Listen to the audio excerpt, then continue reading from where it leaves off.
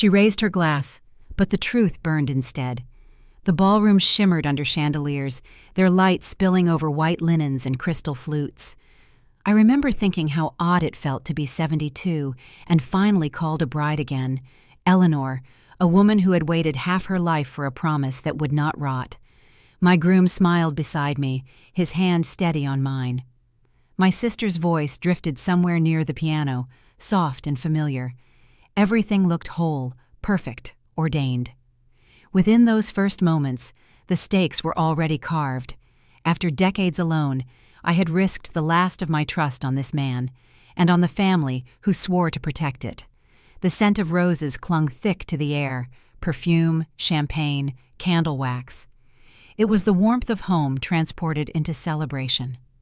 My mother's brooch gleamed at my collar, a tiny sun reminding me that love, when earned, could feel like mercy. We had built this together, I thought. The house, the laughter, the fragile hope that time might forgive us. Then my sister stood up. Her heels clicked against the parquet floor. She smiled, not at me, but through me. "Let's make a toast," she said. And before I could breathe, she snatched the microphone from the stand. Every whisper stilled. The orchestra's bow froze midair. "To Eleanor," she said, "and to the man who forgot to tell her the truth." A murmur ran through the hall. My heart stalled between beats. I saw her mouth shape the words before sound reached me. "He's been seeing me for months." The microphone shrieked as someone gasped. Crystal shattered on marble. My groom's face drained pale, the smile collapsing into something I had never seen, a boy cornered by his own choices. "Stop," I whispered, but the word died in the thunder of disbelief. She went on, voice trembling yet proud, naming dates, places, and stolen hours. The scent of roses turned metallic in my throat. I watched her, not as my sister, but as a stranger who had rehearsed this cruelty long before tonight. I did not faint. I did not scream. I simply listened, every syllable carving away what little warmth remained. The gatekeeper from the registry, an old clerk who had handled our marriage papers, stood at the edge of the crowd, his brows knit in quiet suspicion, as if something about those documents had troubled him, an inconsistency he could not yet name. My groom tried to speak. "It's not what you think," he stammered, stepping toward me. His cufflink caught the light like a spark about to die. I turned away before he could touch me. "Don't," I said softly. "You've already said enough." The orchestra resumed a confused, broken melody, a song that no longer belonged to Joy. Guests began to move, some pretending not to look, others whispering behind trembling hands. Somewhere a woman cried. Somewhere a camera flashed. My sister dropped the microphone. It rolled until it hit my shoe, humming faintly. Still alive, I stared at it. The object that had once promised celebration now lay as proof, a small ring of metal humming with humiliation. I picked it up and placed it on the table beside my bouquet. My fingers smelled of roses and iron. The night unfolded like a long corridor with no doors.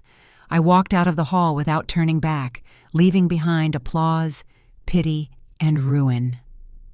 The city outside was quiet, the air cool against my flushed skin. I could still hear the echo of her voice chasing me down the steps, that cruel toast masquerading as truth. In the distance, church bells tolled the hour, each strike reminding me that betrayal had no grace period. It arrives, demands belief, and leaves you carrying proof. I kept walking, the scent of roses still clinging to me, fading into metal, into memory. Her confession wasn't the end. It was the start. He slept on one side, but his ghost took both. The bed still carried his warmth, as if the mattress hadn't learned he was gone. The clock blinked past midnight, its steady hum a pulse I didn't want to count. I lay there staring at the ceiling, 52 and foolish, whispering his name to the shadows like a prayer that no longer worked. Every inch of that room had belonged to us, or so I thought. Now it felt like a museum of what love pretends to be, orderly, untouched, and quietly rotting. The air carried his cologne, faint and stubborn. I tried to sleep, but the sheets held too many shapes. A sound in the hallway startled me, the faint whine of the drawer sliding open. I'd left it half shut, yet it groaned as though memory itself wanted to be seen. Inside were receipts, his watch, a folded note I'd never read. I picked it up. The ink had faded, but the signature, his, remained sharp, cruelly confident. A single bank receipt fluttered out from between old letters, stamped with a date that mocked me. The name of a hotel, a town I'd never visited, and a charge of $340 stared back like an accusation. Morning light broke through the curtains, a cold stripe across the mirror. I studied the reflection. A woman, hollowed by silence. My skin looked older overnight, not from time, but from truth. "You built your peace on lies," I told her. She didn't argue. Grace arrived unannounced, knocking gently before entering. She'd always known when to come, an old friend who'd seen too much and judged too little. She placed a grocery bag on the counter and said softly, "You need to eat before you start falling apart." I smiled because that was easier than crying. Then I showed her the receipt. She read it once, then again, her lips tightening. "This isn't an accident," she said. "It's a pattern. Follow the money, Eleanor. People lie, but paper doesn't." "I'm tired, Grace," I murmured. "I don't want revenge. I want to stop hurting." "Then find the proof," she replied. "It's the only way pain learns its name." The refrigerator buzzed in the silence that followed. I heard the faint creak of the floorboards, the whisper of the curtains swaying. Every sound in that house turned against me. The drawer, the clock, even my own footsteps. They were all reminders that I wasn't imagining it. He had built an entire second life and left its echoes behind. By afternoon, I gathered the receipts, letters, and cards into a small box. Each piece of paper felt heavier than its weight. My hands trembled, not from fear, but from recognition. I had ignored these clues for years, too eager to believe that loyalty could silence evidence. Grace brewed tea and said nothing, letting the sound of the kettle fill the space between us. When I opened the mirror cabinet, a photo slipped out, our anniversary picture. My smile looked rehearsed. His eyes looked elsewhere. For the first time, I wondered if he'd ever been fully present, even when his hand rested on mine. The reflection in the mirror blurred as tears gathered, but I refused to wipe them. They belonged there. The day ended without apology or closure. I left the window open, hoping the night air would take his scent away. It didn't. It lingered, sweet and stale, like a lie too proud to die. Grace stood by the doorway as I folded the sheets. "You know what to do next," she said. "I don't know if I want to," I whispered. "Want has nothing to do with it," she answered. "You need to." She turned off the lamp and paused at the door. The house fell into that uneasy quiet that makes you hear everything. A drawer clicked shut on its own, soft and final. Grace looked back once, her face hidden by shadow. "Follow the money," she said again, her voice low and certain. "Not the tears." Numbers never cheat. People do. The bank smelled of ink and air conditioning, sterile, expensive, and calm. Grace had called in a favor, a quiet introduction to a man behind a frosted glass door who owed her more than gratitude. He was the kind of person who looked both ways before even whispering the truth. "You didn't hear my name," he muttered as he handed over the folder. The paper inside was thick, the edges sharp as gilt. I flipped through the ledger pages, each line a quiet betrayal in typewriter black. There it was, his name and another version of it, almost identical except for an initial. The first account we shared. The second, hidden. My finger traced the raised ink of the printed transactions. $4,800, $2,200, $7,600. Each transfer stamped under consulting. My pulse kept time with the totals, rising and falling with every digit. "He planned it," I said softly. "He always planned it." The witness, a young teller sitting in the corner, shifted uneasily. "We're not supposed to disclose this," he whispered, "but there's a pattern." His eyes flicked toward the top of the page where the transactions lined up neatly, like soldiers following a cruel command. I could feel the rough grain of the paper under my fingertips, the texture of deceit made physical. It wasn't just money, it was a map of how long he'd been preparing to leave me without a trace. 6 months before the wedding, he began moving money through her name. Even the handwriting on the authorization matched his. Too careful, too deliberate. A perfect crime of routine. Grace waited outside in the car, watching the doors. When I joined her, she looked at the folder without touching it. "Did you find what you needed?" "I found proof," I said. "And proof hurts more than lies." She turned the ignition key, her eyes never leaving the rearview mirror. "Then you'll have to decide what kind of pain you can live with." We drove through downtown, the noise of the city pressing against the windows. I stared at the folder on my lap, the ink still warm. My mind replayed our vows, the way he had said for better or worse, as though he had already written the fine print. The car's engine hummed like a heartbeat, steady, unbothered, mechanical. I envied that calm. At home, I placed the ledger on the table and opened it again. The texture caught the light, grainy, uneven, almost alive. My hands shook as I wrote my initials beside his in red pen, drawing a small line through the space that had separated us in the account name. It was symbolic, meaningless on paper, but vital in my chest. Grace called later that evening. "I talked to my friend," she said. "He can testify, but it'll cost something." "How much?" "About $12,200 for the audit. But that's not the real price." I knew what she meant. Once I exposed this, nothing would go back to normal. There would be no private mourning, no quiet forgiveness, only courtrooms, questions, and shame. "Do it," I said after a pause. "If I don't stand up now, I'll keep falling." She sighed softly. "Eleanor, you're brave, but bravery doesn't come cheap." I ran my hand over the ledger again, its rough surface biting at my skin. The sound of paper sliding against paper filled the room, a soft rhythm, like breathing. In that moment, I realized the truth wasn't hidden in numbers or signatures. It was in the texture of my own denial. I had touched this betrayal before, but never dared to feel it. The night deepened outside, and the house creaked as though it understood. I gathered the documents, sealing them in an envelope marked with a date. Today's. Every page carried his signature, but the heartbeat underneath belonged to me. My control returned, fragile, yet firm. Knowledge was my armor now. The balance sheet had a heartbeat, and it wasn't mine. One picture ruined decades of loyalty. It appeared in a folder I hadn't opened since the honeymoon, a single photograph buried among receipts and invoices. The image blinked to life on the screen, and for a moment I thought it was someone else's memory. But it wasn't. It was him.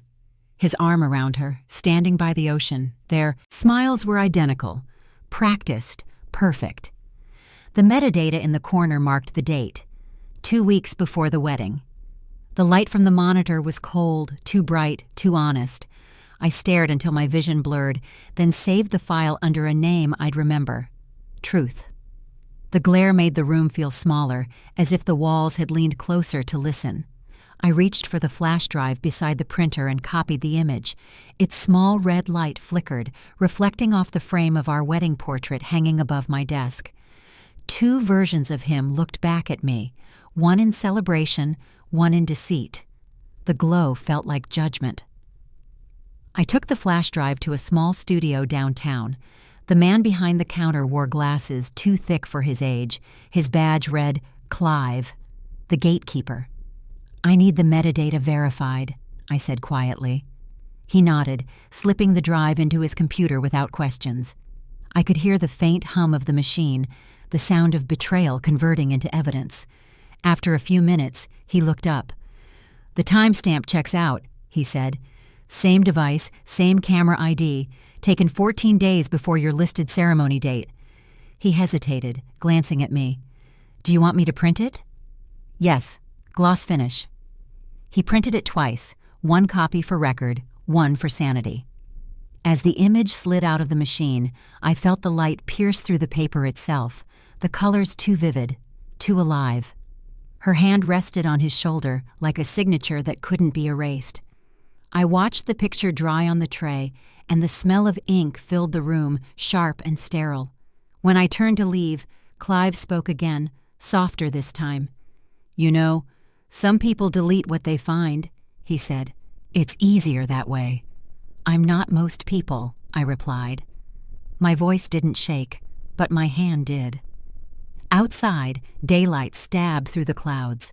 The city looked different now, less alive, more exposed. Every reflection on glass seemed to accuse me of not seeing sooner.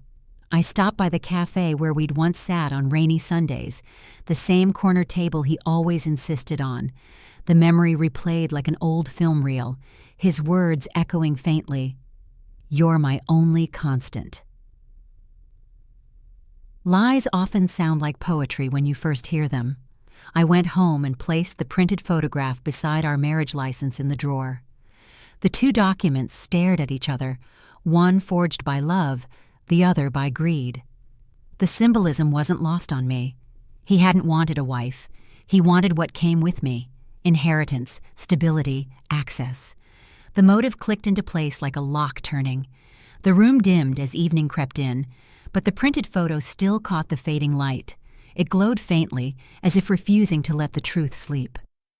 I sat at my desk, tracing the outline of his face on paper, each stroke a small funeral. The light from the lamp cast harsh shadows, slicing through the frame, cutting his image in half. I whispered to the quiet, "So this is what love looks like, measured in pixels and property." The air smelled faintly of burnt dust from the bulb. I unplugged the lamp and let darkness take over. For the first time in weeks, I didn't cry. Proof had replaced grief, and knowledge felt colder than loss. Somewhere in that stillness, I realized that light could heal or harm depending on who holds it. The photograph rested on the table, its glow fading with the night. It looked alive, waiting. I closed the drawer slowly, sealing it away beside the paper that once promised forever. The photo glowed like a sentence waiting for court. I built a wall of documents around my pain. The law office was colder than I expected. Polished marble, quiet clocks, the faint scratch of pens echoing off the glass walls. Every sound belonged to formality. The receptionist led me into a room that smelled of ink and old paper, where a man sat behind a desk stacked with folders, each marked by colored seals. He introduced himself simply as Daniel. His calmness didn't feel like comfort. It felt like a test I hadn't studied for. He gestured toward the chair. "You've brought everything?" I nodded and handed over the thick folder I had carried like a shield. Inside were copies of receipts, the photograph, and a printed summary of the hidden accounts. He flipped through each page slowly, pausing only to circle a figure or underline a date. The texture of the legal paper rasped under his fingertips, a sound sharper than any accusation. "This affidavit," he said, sliding one document toward me, "is your boundary. Once you sign, it becomes official." The pen felt heavy in my hand. I hesitated, the tip hovering above the line. "Will this stop him from draining the accounts?" "It will limit his access," Daniel replied. "For now, but boundaries invite reaction. Be prepared." The words stung because I already knew what reaction looked like. The late-night calls, the threats disguised as apologies. "You'll ruin us both," he had hissed once through the phone, his voice low, deliberate. "You'll regret the truth." I pressed the pen to paper, signing with a hand that refused to tremble. The notary seal left a raised imprint under my thumb, texture replacing trust. When Daniel stamped the final page, the sound cracked through the still air, final and absolute. He leaned back. "You've done the right thing, but right doesn't mean easy. The court will acknowledge your filing by morning. I'll send a receipt for record, reference A1D 46F. He was professional, detached, but when he saw the exhaustion in my eyes, his tone softened. "People think documents are walls," he said. "They're doors. They open systems that listen, if you push long enough. Outside, the afternoon light hit the glass facade, and I saw my reflection doubled. One woman walking out, another watching from behind the surface. The folder clutched in my arms felt warm, like it had absorbed the tension of every secret I'd written into it. At home, the phone rang again. I knew that number by heart. I let it ring twice before answering. "What did you do?" His voice was controlled, almost tender. "I protected myself," I said quietly. "You're overreacting." "Then let the evidence decide." A pause. Just breath on the line, heavy, deliberate. "You'll regret the truth." The same phrase, same venom, but this time I didn't flinch. I ended the call before his silence could grow teeth. Later, as night settled, I arranged every stamped document in neat piles across the kitchen table. The embossed seals gleamed faintly under the overhead light, their ridges catching on my fingertips. Texture had become proof that I still existed inside this chaos. The grain of the paper scratched against my skin, cold, bureaucratic, but undeniably real. Grace texted to ask if I was safe. I typed back, "He's angry, but it's done." Her reply came instantly. "Walls hold better than hearts. Keep building." I smiled faintly and placed the phone face down. Somewhere in the city, a printer hummed, producing another copy of my affidavit, another proof that the truth had weight. I could almost hear the echo of the stamp again, its rhythmic finality marking the end of silence. In the quiet that followed, I realized the stakes were no longer emotional. They were legal, public, irreversible. Whatever happened next would happen in full view of systems designed to see through lies. And for the first time since the wedding, I felt the faintest trace of safety, thin as paper, but stronger than trust. His voice broke through the line, "You'll regret the truth." Rumors knock louder than apologies. By the end of that week, my town had turned into a whisper. The first flyer appeared on the notice board outside the market, a grainy photo of me, my name printed in bold above one word: fraud. It was stapled crookedly, as though even shame couldn't stand straight. By noon, there were 10 more, on bus stops, at the library gate, near the church steps. Each poster tore a little more of my dignity from the walls. The sound of paper fluttering in the wind followed me everywhere. That became the day's rhythm: whispers, footsteps, the faint tearing of tape from brick. I could almost hear him laughing behind it, his hands clean while others did the dirty work. Gaslighting wasn't enough anymore. Now he needed witnesses. Grace called that morning. "Don't look at them," she said. "I can't help it," I answered. "They're everywhere." "Then look right through them. That's how you beat ghosts." But ghosts have voices. At the grocery, a woman I'd known for years turned away, pretending not to see me. Outside the florist, 2 men spoke too loudly. "She took the money," one said. "The husband's suing her," the other replied. None of it true, all of it believed. I walked home through the noise, each word scraping like gravel underfoot. At my front gate, a folded complaint letter waited, tucked under the latch. It came from the local administration, stamped with a pale blue seal. The words were stiff and polite. "We've received concerns about possible financial misconduct." My hands trembled as I read it aloud. Someone, him, had reported me first. The witness at the community center called in the afternoon. "We logged several anonymous complaints this week," she said quietly. "Same handwriting, same phrasing. I'm keeping copies for record. Entry ID C47B. Her tone carried caution, not pity. "You're being set up to prove yourself wrong." "I already know," I said. "But knowing doesn't stop it." That night, I couldn't sleep. The neighborhood had changed its breathing. I heard voices near my gate, the rustle of shoes on gravel, then the faint rip of tape again. When I stepped outside, another poster was half stuck to the fence. I tore it down before reading it, but the paper's sound stayed in my ears, thin, papery echoes repeating my name like a chant. Sound became the proof of his cruelty. Grace came over the next morning and stood beside me as I gathered the torn pieces from the ground. "You need to file your own complaint," she said. "Don't let him own the narrative." "I already did. The affidavit, the accounts, it's all in motion." "Then this is about patience," she sighed. "The hardest proof to hold is silence." I took her advice and went to the community center anyway. Inside, the witness met me with a knowing nod. She opened a folder, thick, worn, labeled with my initials. Inside were copies of every anonymous submission. Each complaint was a mirror of the last, same sentences rearranged. The witness pointed to a note at the bottom of one. Submitted between 6 to 8 p.m. The gaslight window. Proof of the method, not just the malice. When I left, I paused by the bulletin board outside. Fresh paper rustled where another notice had been pinned, a different victim's face now framed by accusation. It hit me then.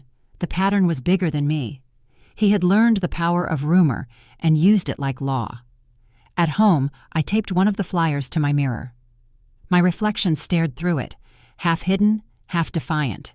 If they wanted me to disappear, they'd have to look at me first. As night fell, I shut every window, but left one light on, letting the glow spill through the curtains so the street would know I was still awake, still unbroken.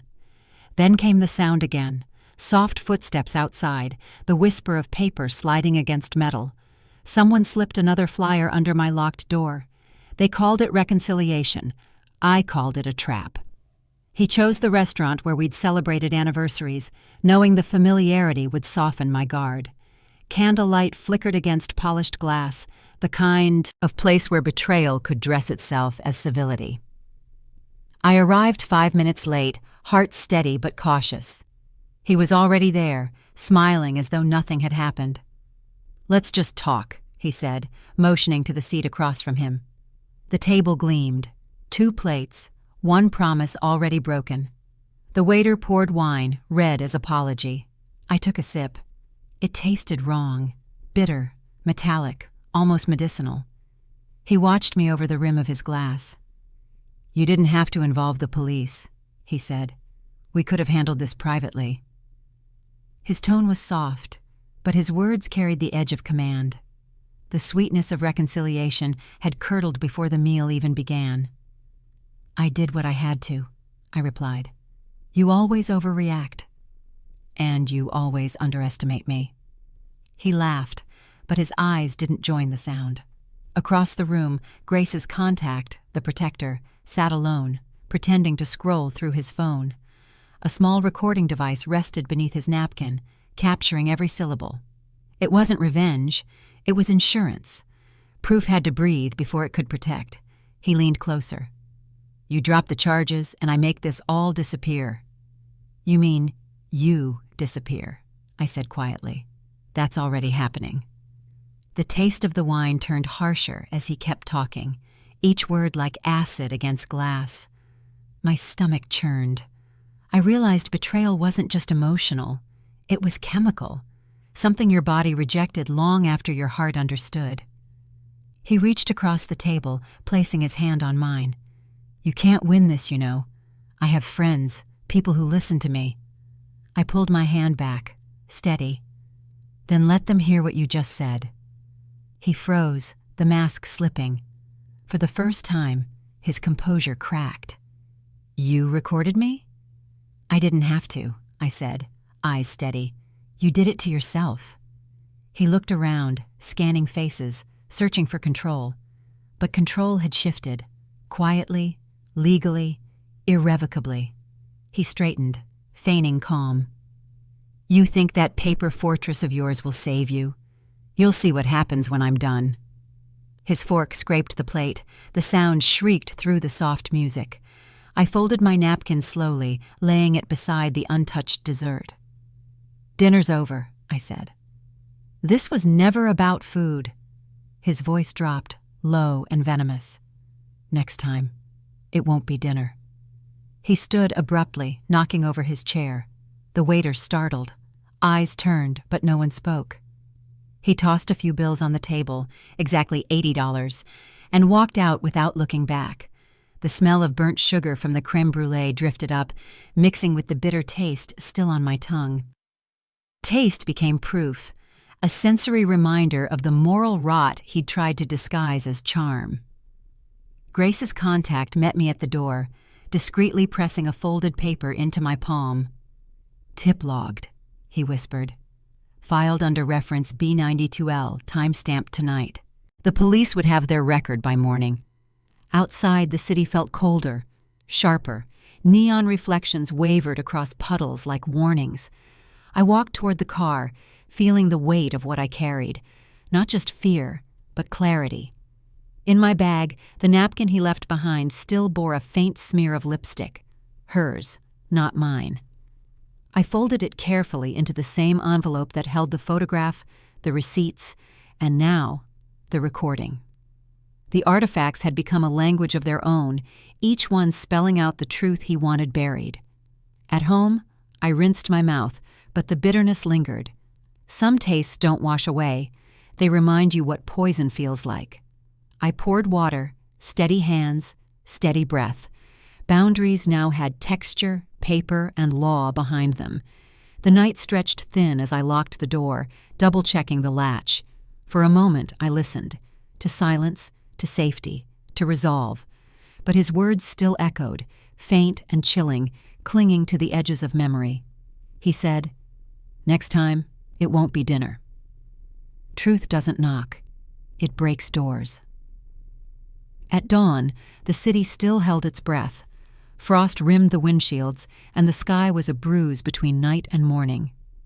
I sat in my car across the street, engine off, watching as unmarked vehicles rolled up to his office. Doors opened in quiet precision. Officers stepping out, their badges flashing like shards of early sunlight. The sound of metal keys and heavy boots filled the silence before the first door swung open. They entered without hesitation. The gatekeeper had secured the warrant the night before, a document stamped and dated, proof carved into paper. I traced its edges in my mind, an institutional weapon, not born of anger, but of law. This was justice wearing gloves. Through the windshield, I saw boxes carried out, one after another, labeled in black marker. Each held fragments of deceit, ledgers, drives, letters. His empire of lies reduced to inventory. Light cut through the blinds of his office, thin and merciless. It wasn't the soft glow of morning. It was interrogation light, white, unflinching. I could almost feel it against my skin. The officers spoke briefly, their words muffled but clear in rhythm. Search, record, secure. Their movements were methodical, like surgeons excising infection. The gatekeeper appeared at the entrance, clipboard in hand, his expression unreadable. He gave me a brief nod from across the street, a signal that everything was proceeding as planned. "Authorization confirmed," he'd told me hours earlier, his tone steady. "Once the file is logged under reference D73M, there's no reversal. You understand that?" "I do," I'd said. "This isn't revenge. It's correction." Now correction echoed through the air in the form of rustling papers and unlatched drawers. I spotted the framed photo on his desk, our wedding day, being placed gently into a plastic bag, tagged as evidence. That image had once been love. Now it was context. The boundaries between private and institutional had blurred, replaced by procedure. I thought of all the times he'd used silence as defense, manipulation as armor. Today, silence served me. I didn't need to speak. The law was speaking for me, every signature on that warrant a sentence in my favor. I pressed my palm against the folder on my lap, my proof, my history, my survival.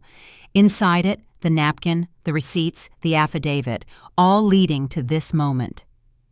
"Ma'am," said a voice at my window. It was an officer, young, polite. "We've secured the site.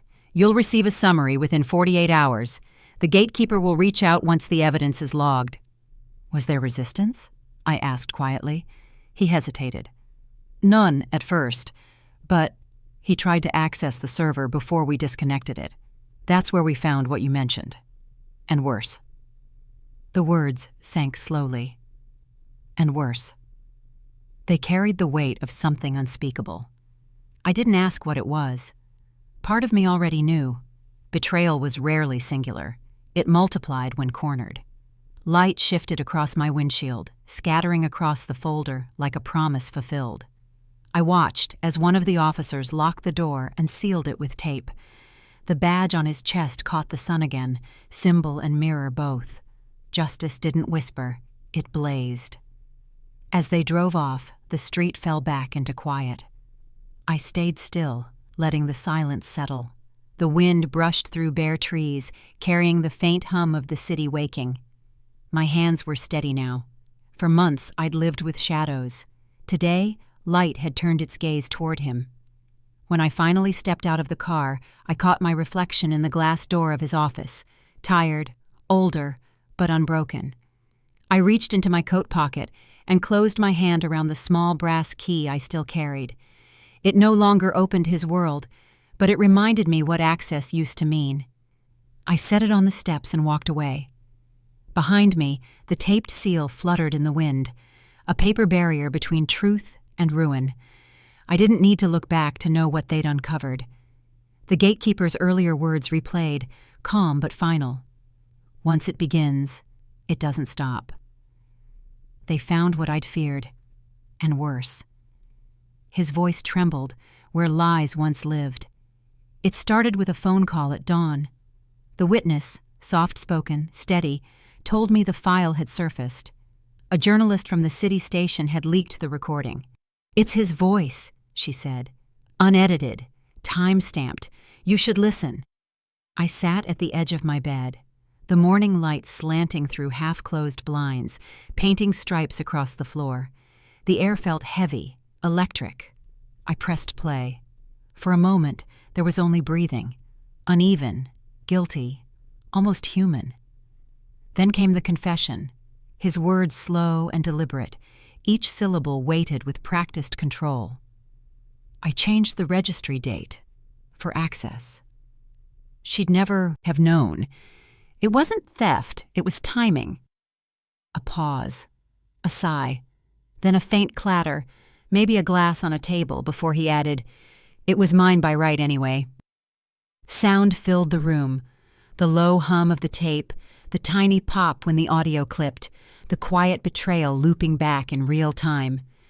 Hearing it was different from reading proof. Lies sound heavier when stripped of charm. The static hissed between sentences like something alive. I wanted to stop listening, but I couldn't. Every breath he took felt like an echo of the years I'd wasted defending him. My hand trembled around the phone. The witness texted again. Audio log authenticated, source verified, filed under entry L12E. By noon, it had spread. The news station aired a short segment. No names, only initials. But the voice was unmistakable to anyone who knew him. The community that once whispered behind my back now murmured about him. For the first time, silence worked in my favor. Grace arrived, breathless. "It's everywhere," she said, setting her phone down on the table. The screen glowed with headlines. Forgery confession exposes local businessman's estate fraud. She looked at me carefully. "They want you to give a statement." I stared at the words on the screen. My reflection shimmered over them, blurred and fractured. "And say what? That I warned them?" "That you survived," she said simply. We sat in the quiet hum of the room. The tape played again on a loop from another device, this time through the television. "She wouldn't have understood," he repeated, his tone brittle. "It was never personal." But it always was. Betrayal is only impersonal to the one committing it. I closed my eyes and listened closely. There was something else between the lines, a faint shuffle, a breath drawn before a sentence he never finished. Regret, maybe, or fear. It didn't matter anymore. The law would define it soon enough. The witness called again. "The newsroom's preparing a follow-up. They want confirmation you'll go on record." I told them I'd ask first. I hesitated. Every part of me wanted justice, but I knew the difference between truth and spectacle. "Let the evidence speak," I said. "It's louder than I ever could be." Sound became its own form of vengeance, the tremor in his voice, the brittle clicks of his lighter, the way truth wove itself through static. It was ugly, imperfect, undeniable. I thought of how he used to talk over me, fill silence with control. Now his words would never stop playing. They belonged to everyone. As night fell, the light bulb above the kitchen flickered, humming softly, a tired filament holding on. I sat beneath it, the tape still running in the background. My folder of documents lay open, each page now unnecessary. Proof had moved beyond paper. It had become airwaves. Grace poured tea and placed a cup beside me. "You could end it here," she whispered. "I could," I said. "But truth doesn't end. It echoes." My phone buzzed again, a number I didn't recognize. I answered, bracing myself. "Ms." The voice began, professional, clipped. "This is the newsroom. We'd like your comment on record." The newsroom called. "They want you on record." Spotlights reveal more than faces. The courthouse was already alive when I arrived. Voices overlapping, cameras humming, the press table bristling with microphones. The air smelled of paper, tension, and cold coffee. The hearing was public, televised, a reckoning disguised as routine procedure. I stood beneath the glare of ceiling lights, swearing the oath as the arbiter read it aloud. The words felt heavier than ever before. Truth, whole truth, nothing but. Under that light, there was nowhere to hide, not for me, not for him. He sat across the room, his lawyer at his side, both faces pale beneath the harsh brightness. Every flash from the cameras seemed to strip another layer of defense. I had rehearsed this moment countless times, yet nothing could prepare me for how real it felt. The pulse of justice beneath my ribs, steady but fierce. The microphone waited, black and still, like an old adversary. Once it had been used to silence me. Today it would amplify me. The arbiter gestured. "Proceed." I leaned forward. "For 3 years," I began, "I believed the papers were real. The signatures, the dates, all carefully constructed lies." My voice wavered, then settled. "He forged them for inheritance control. The registry proof you see projected was verified by the county clerk. Record A52J. Light splashed across the courtroom screen as the documents appeared, enlarged and merciless. Each signature looked like a wound reopened. His lawyer stood to object, but the arbiter silenced him with one tap of the gavel. Sound rang through the hall, sharp, final.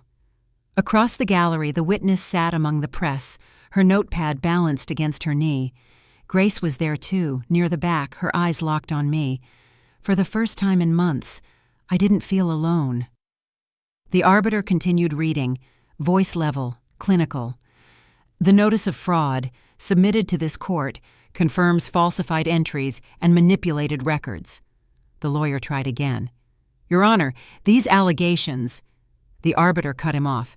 "They are not allegations when evidence is this complete." My hands trembled, but I kept speaking. "He told me I'd never be believed. That truth was too fragile to stand on its own." I paused, looking at the microphone. "Turns out, it only needed a platform." The audience murmured. The camera light shifted toward him. His collar glistened with sweat.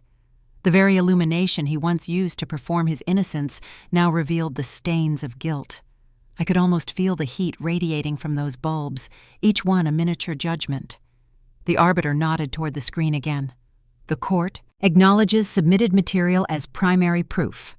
Another gavel strike, another ripple of sound through the packed hall. The stakes weren't just mine anymore. They belonged to everyone watching.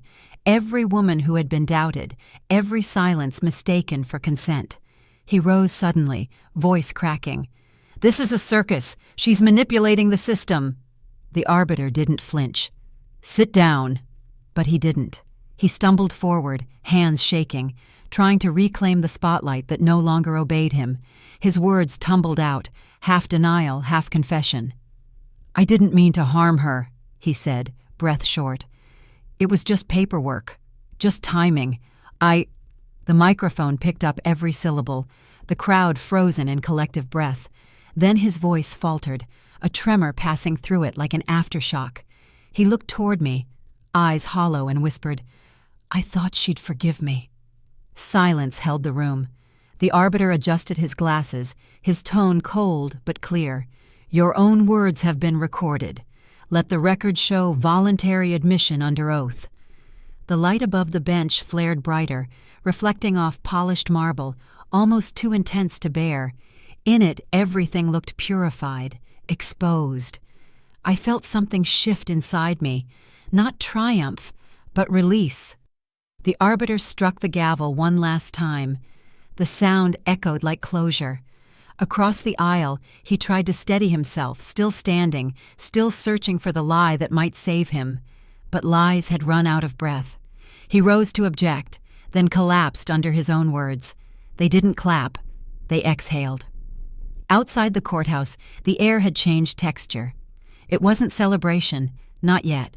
It was relief, a kind of collective release that trembled through the crowd like a shared heartbeat. The town square, once the stage for whispers and accusations, had turned into something quieter, an echo chamber of conscience. The notice board stood at the center, the paper pinned there under glass, the official record of the verdict. People gathered in clusters, coats drawn close against the early wind. The sound of murmurs spread like a tide, gentle, repetitive, uncertain at first, then firm. She deserved truth. She waited too long. She never gave up. I stood a few steps away, my witness beside me. She didn't speak, didn't need to. Her hand brushed against my arm, a gesture not of comfort, but of solidarity. For months, she had carried pieces of the story I couldn't voice. Now, the town carried them instead. The notice itself was simple. Typed lines, stamped seal, signed by the arbiter. It declared the falsification, the restitution order, the forfeiture of claims. No adjectives, no drama. But beneath that glass, it was poetry written in law. I traced the words with my eyes, not daring to touch. Proof didn't need warmth to be real. Children ran across the square, their laughter weaving through the adults' silence. It wasn't mockery this time. It was innocence returning to a place that had forgotten it. An old man adjusted his hat, nodded once toward me, and said, "Took courage to stand alone." He didn't wait for a reply. Truth had its own conversation now, carried by strangers. A woman nearby placed a small bouquet beneath the notice board. The flowers were wilted at the edges, stems wrapped in twine. I recognized them, the same kind of blooms that had once decorated the reception hall years ago, when lies still dressed as love. The sight of them now didn't sting. They were softer somehow, aged but intact. Wilted, yes, whole in spirit. Sound rippled again. No applause, just breaths, steps, paper rustling, the low hum of redemption. For the first time I felt the weight of gossip lifting. The same mouths that once branded me liar now spoke my name as though it belonged again. The town's voice had shifted from cruelty to conscience, and that transformation sounded louder than any verdict. The witness leaned closer. "You did it," she whispered. I shook my head. "No, we did what had to be done." Her eyes glimmered with pride, but also fatigue. We both knew justice never arrives without cost. From across the square, the church bell struck 12, steady, unhurried. Each toll folded the past into distance. I could still see his shadow in memory, how he'd once stood tall here, waving to the same people who now avoided his name. Reputation is fragile currency. Once spent, it rarely buys its way back. A group of teenagers approached the board. One of them, hesitant, read aloud. "Official notice, fraud confirmed, restitution filed." His voice cracked halfway through. No one laughed. Instead, they just listened. That was the difference now. People listening where once they only judged. The sun slipped behind the courthouse roof, scattering gold light across the pavement. It landed on the bouquet, catching the faint shimmer of cellophane. The warmth reached my face, and for a fleeting moment, I closed my eyes. The light didn't burn anymore. It revealed. Grace arrived, carrying a folder against her chest. "They're asking if you'll give a statement to the press," she said softly. "I already did," I replied. "Every word pinned to that board is my statement." The witness smiled. "Sometimes silence says more." "Yes," I said. "Today, silence feels like applause." The crowd began to thin. Reporters packed away their gear. The wind shifted, carrying the scent of rain, and someone pulled the bouquet closer to the board before leaving. I stayed, not to gloat, but to witness the ending, simple, public, irreversible. I turned to walk away, each step lighter than the last. The courthouse loomed behind me, not as a monument of pain, but as proof of endurance. Justice had been served, and the town had seen it happen. Then, lightly, almost trembling, a hand touched my shoulder. I turned. It was his mother's. Forgiveness arrived sealed, unsigned, and late. It came on an ordinary morning, folded between a stack of bills and advertisements I didn't remember subscribing to. The envelope was pale, nearly translucent, my name scrawled in handwriting I'd once recognized even in darkness. I turned it over in my hands. The seal bore the faint crest of the prison mailroom, official, clinical, final. For a long moment, I didn't open it. Some truths lose their urgency when they're finally ready to be told. When I did, the sound of tearing paper was louder than it should have been. Inside, his letter lay in uneven lines, the ink blotched in corners where the pen must have pressed too hard. The first sentence was an apology, though even that word felt strained, like something he had rehearsed but never meant. I could almost hear his voice between the lines, measured, manipulative, softening guilt into self-defense. "I never meant for it to go this far," he wrote. "I thought it was business. You made it personal." That sentence alone carried the same arrogance that had built this entire war. I set the letter down, fingers brushing against the rough texture of the paper. It was coarse, institutional, the kind that scrapes against your skin. The ink had smudged where he'd hesitated, the color pooling like regret too thick to dry. I caught the faint scent of old paper and dust. It wasn't forgiveness I felt. It was distance, measured, deliberate, earned. The gatekeeper called an hour later. "It's real," she said.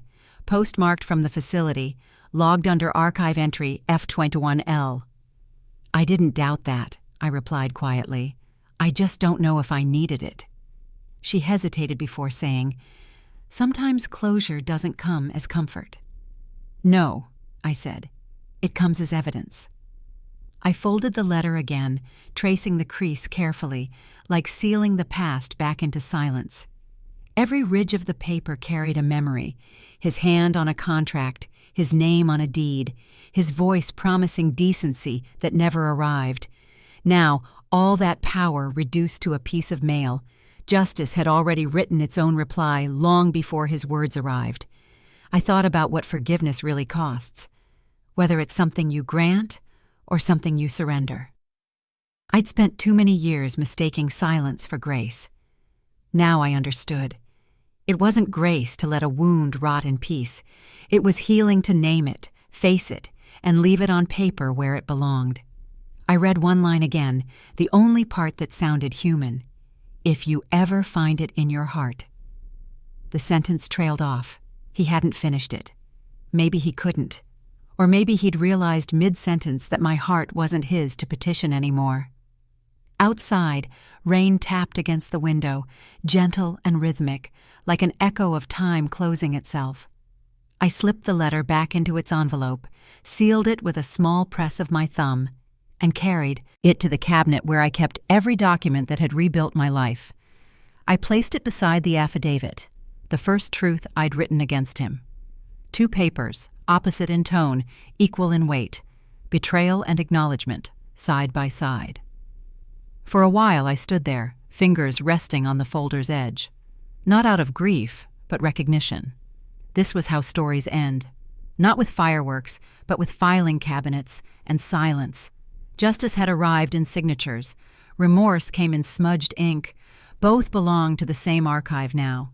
The gatekeeper's last words echoed back through memory. Closure isn't mercy, it's maintenance. She was right. The world didn't owe either of us peace. It owed us record. And that, finally, I had. I slid the drawer shut. The click echoed faintly. Final.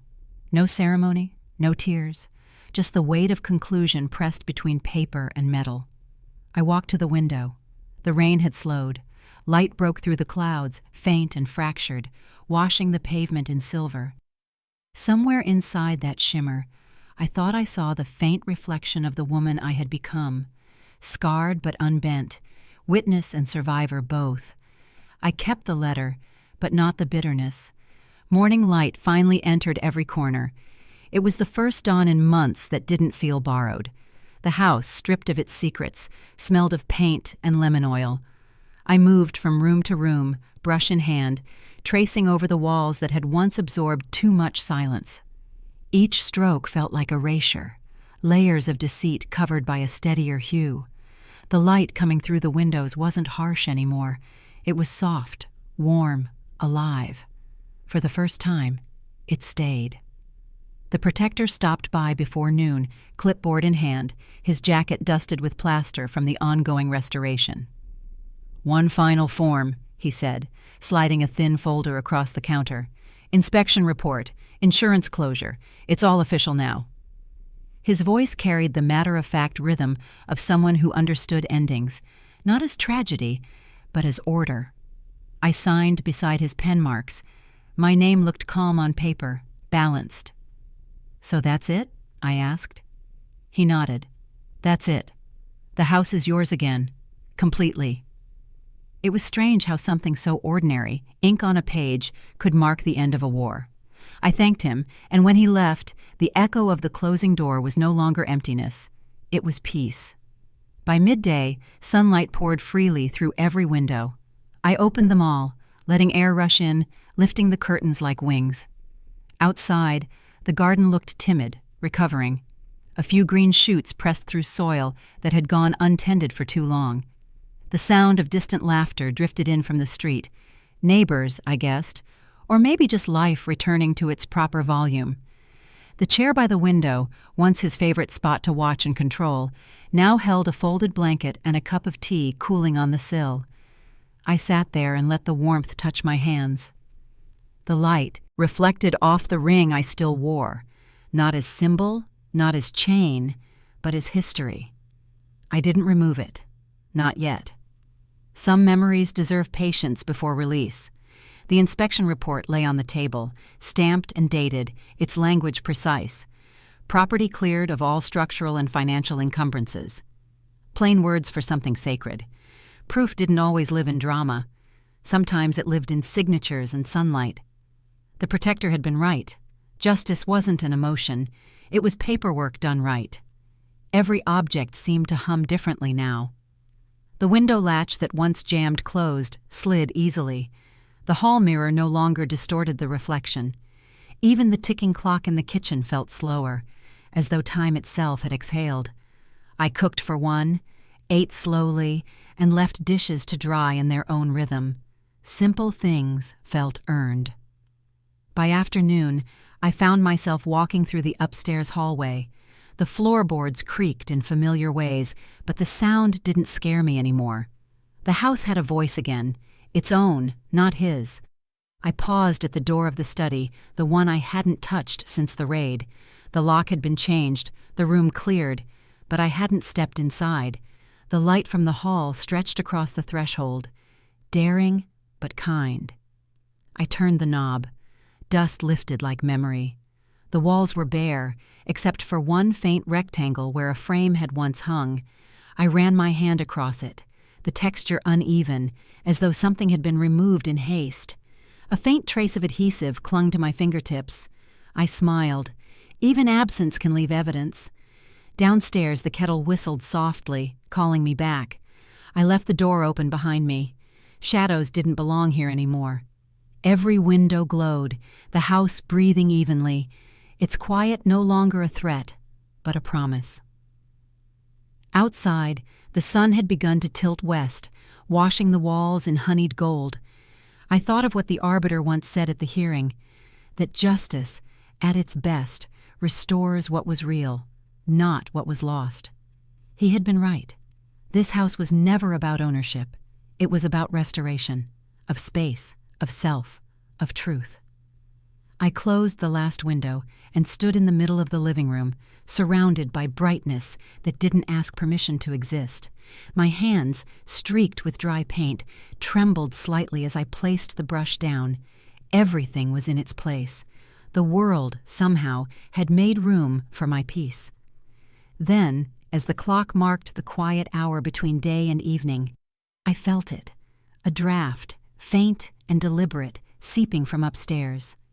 I looked toward the staircase, light still spilling across each step. But one secret still waited upstairs. Secrets outlive their owners.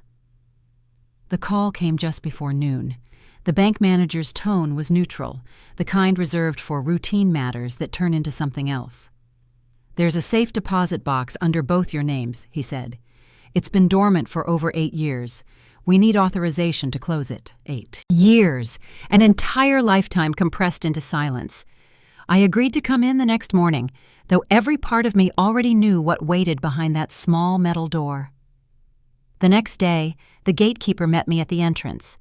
She had been the one to verify the old key record, the same metallic signature listed under our joint file. "You don't have to open it alone," she said quietly. I nodded, but I knew I did. Some ghosts need solitary witnesses. The vault smelled faintly of steel and dust, that sterile mixture of age and order. The sound of the tumblers unlocking felt heavier than it should have. I ran my thumb over the box number etched into brass. The metal was cold, textured with faint scratches, each one a reminder of how often trust leaves marks you can't polish away. When I pulled the handle, a gust of air escaped, stale and unhurried, as though the years themselves exhaled. Inside, there were only 3 things: a folded set of papers, a bracelet, and one sealed envelope. The papers were our wedding vows, handwritten, fading at the edges, still carrying her loops and pauses. I read the first line: "I promise to guard what we build." The irony stung less than I expected. Promises can break, but the ink endures. I placed them aside and lifted the bracelet, a delicate silver band, once hers, the clasp still bent from the night she swore she'd lost it. I remembered searching the bedroom floor for hours, believing her. The envelope lay beneath it all, cream-colored, untouched, sealed with wax the shade of dried blood. Its texture, grainy, uneven, made my pulse slow. Betrayal had a feel to it, even now. The rasp of rough paper, the quiet tremor before revelation. I turned it over but didn't open it. Not yet. Some truths need context. Others deserve a witness. The gatekeeper waited by the counter, clipboard ready. "We'll need your signature for release," she said. Her professionalism couldn't hide the faint sympathy in her eyes. I signed 2 forms, one to close the account, another to transfer the contents into the evidence archive. "Everything accounted for?" she asked. "Yes," I said. "Everything that mattered, and everything that doesn't." The pen felt heavy in my hand. I realized it wasn't the ink that weighed it down, but history itself. Every number in the ledger beside my name, account balances, dates, cross-references, looked factual, unfeeling. Yet within those digits lived entire years of sacrifice and manipulation. I ran my fingers down the column, feeling the faint texture of printed lines. The paper was rougher than it appeared, just like her truth had been. Outside, light slanted through the tall glass panels, bright and unwavering. The world beyond the bank looked the same, but it wasn't. This was the final transaction, not of money, but of memory. The financial echo of our lives had narrowed down to 3 artifacts and a signature. No wealth remained, only residue, and yet, strangely, that residue felt pure. The gatekeeper locked the vault and handed me a small acknowledgement slip. "Closure complete," she said. "For both of us," I murmured. I stepped into the sunlight, clutching the envelope. It was thin, weightless almost, but the pull it had on me was immense. I traced the wax seal again, its ridges uneven beneath my fingertip. The faint scent of old paper clung to it, carrying the ghost of her handwriting. I thought of how she used to sign letters with a flourish, loops that almost looked like forgiveness, though they rarely were. At home, I placed the envelope beside the others in the drawer marked "Records Retained." Not out of sentiment, but out of ritual. The house no longer demanded answers. It only required honesty, however quiet. The key to the safe still rested in my pocket, its teeth dull with time. I would keep it, not as proof, but as a reminder. Some locks are meant to stay closed. The day drew to an end. The sky dimmed into muted gold, and light brushed the window one last time before slipping away. I poured a glass of water, sat by the window, and stared at the envelope under the fading glow. My reflection blurred against the glass, a mix of stillness and relief. Then, as I turned it over once more, I noticed it, barely legible, pressed faintly into the back in her unmistakable hand. Not hers. The last envelope bore my sister's handwriting. She said she envied my peace more than my love. Her voice trembled, though not from guilt. It was fatigue, the kind that comes after years of holding poison in your mouth and pretending it's honey. The air between us was thick with her perfume. Roses, the same scent she'd worn at the wedding, the one that lingered on the letter he sent, the one that haunted my hallway for years. It filled the room again, equal parts beauty and decay. I realized then, scent was memory's cruelest accomplice. The arbiter sat quietly at the end of the long oak table, a recorder resting near his elbow. The candlelight flickered against the glass, steady, impartial. "We'll proceed when you're both ready," he said. His tone wasn't cold, but it carried weight. Legal closure disguised as emotional civility. My sister folded her hands, the old silver brooch on her lapel catching the flame. It had once belonged to our mother. I remembered it pinned over soft fabrics, the way it glinted during Sunday mornings. Now, it felt more like evidence, something inherited but corrupted. She leaned forward, voice cracking mid-sentence. "He told me you didn't deserve it. The house, the accounts, any of it." I didn't interrupt. The arbiter's pen moved, translating confession into permanence. She continued, softer this time. "I thought if I sided with him, I could fix everything after. I thought I could control him." A pause, then barely audible. "But he controlled me." Her perfume drifted closer, roses and smoke. My stomach clenched at the familiarity. I let silence do the work words couldn't. When betrayal finally speaks, it doesn't ask for dialogue, it just waits for acknowledgement. I looked down at the release document before me. 2 signatures awaited. Mine, hers. The arbiter cleared his throat.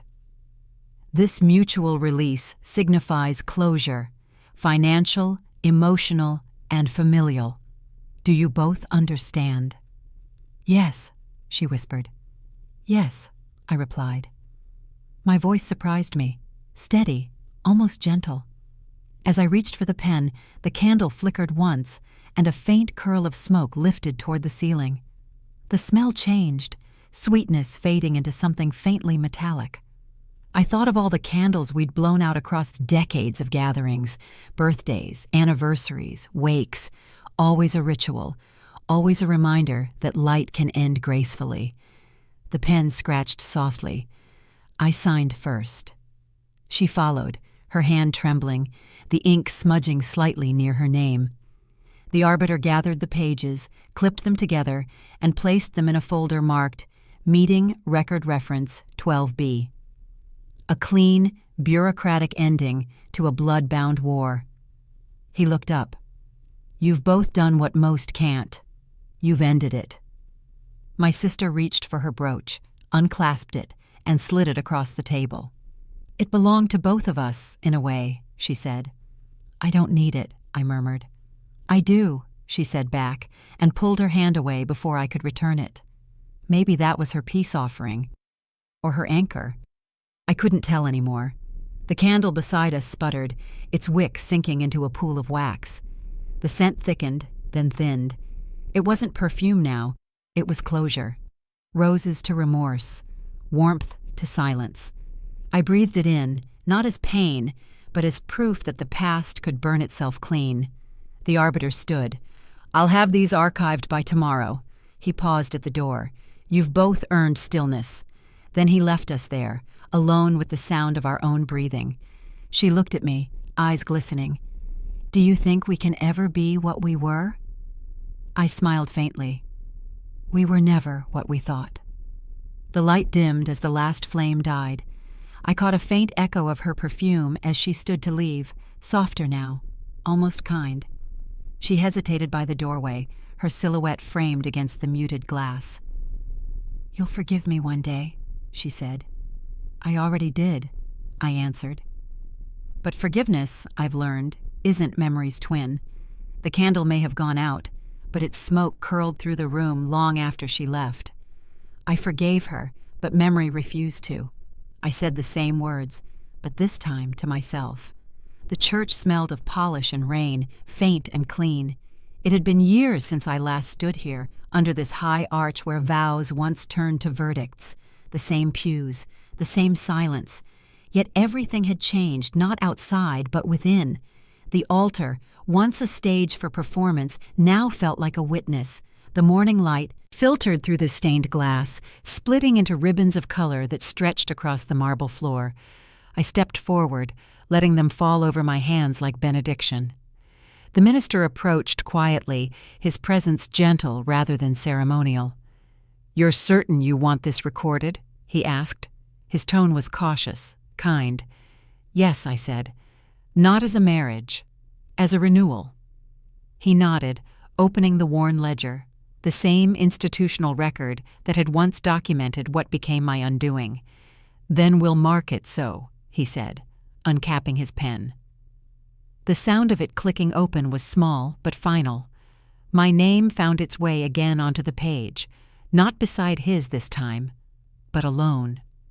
The entry read simply, "Renewal, personal vow affirmed. Proof not of union, but of endurance." I placed the ring on the altar, not to discard it, but to redefine it. Its gold had dulled with time, but under the fractured light, it glowed faintly, honest and unpretending. "I once promised to honor him," I whispered. "Now I promise to honor the truth." The minister looked up from the record. "Would you like me to note a witness?" "I already have one," I said, glancing toward the window. The protector stood near the doorway, the quiet strength that had guided me through the last signatures, the last hearings, the last moments of collapse and correction. He didn't speak, just nodded once, a gesture that said everything words never could. I signed the final line. The minister closed the book with care, then pressed a small seal over the page. "It's done," he said. A new beginning entered into record. Light caught the seal's embossed edge and scattered across the altar. The church's stained glass shifted hues, crimson, amber, violet, washing over the ring, over my open hands. For the first time, I didn't flinch. I took out my journal, the same one that had followed me through every institution, every confession, every sleepless night. Its spine was cracked, the pages worn thin with ink and evidence. I wrote 2 sentences beneath today's date. I reclaimed what was mine. I spoke, and the silence broke. The pen shook slightly in my hand, but the line came out clean. I closed the journal and rested my palm on its cover, feeling the quiet pulse beneath it, like a heartbeat rediscovered. The minister lingered, perhaps unsure whether to offer prayer or privacy. "Would you like the candles lit?" he asked. "No," I said. "The light's already enough." Outside, the rain had stopped. The world beyond the open doors shimmered under soft daylight, the pavement gleaming like renewal itself. I slipped the ring back onto my finger, not as belonging, but as boundary. It no longer meant promise kept for another. It meant promise kept for myself. Walking down the aisle, my steps echoed lightly. each sound folded into the next, steady and assured. The protector held the door open as I passed, and for a moment, our reflections met in the glass. Two survivors of the same wreckage, both still standing. I paused before stepping out. Behind me, the minister returned to his desk, recording the entry's reference number into the institutional archive. A record of truth preserved, unembellished, final. Sunlight cut across the threshold. It was bright, clean, and absolute. I took a breath that felt like my first honest one in years. The light followed as I crossed into the open air, its warmth reaching across my shoulders. I remembered the toast I once made at that long-ago wedding. To forever. Now I whispered the echo to no one but myself. To freedom. And as I walked into the day, with the ring cool against my skin and the journal pressed close to my chest, I knew the vow had changed form, but not intent. It still bound me, only now, to truth. I kept my promise to live honestly, aloud.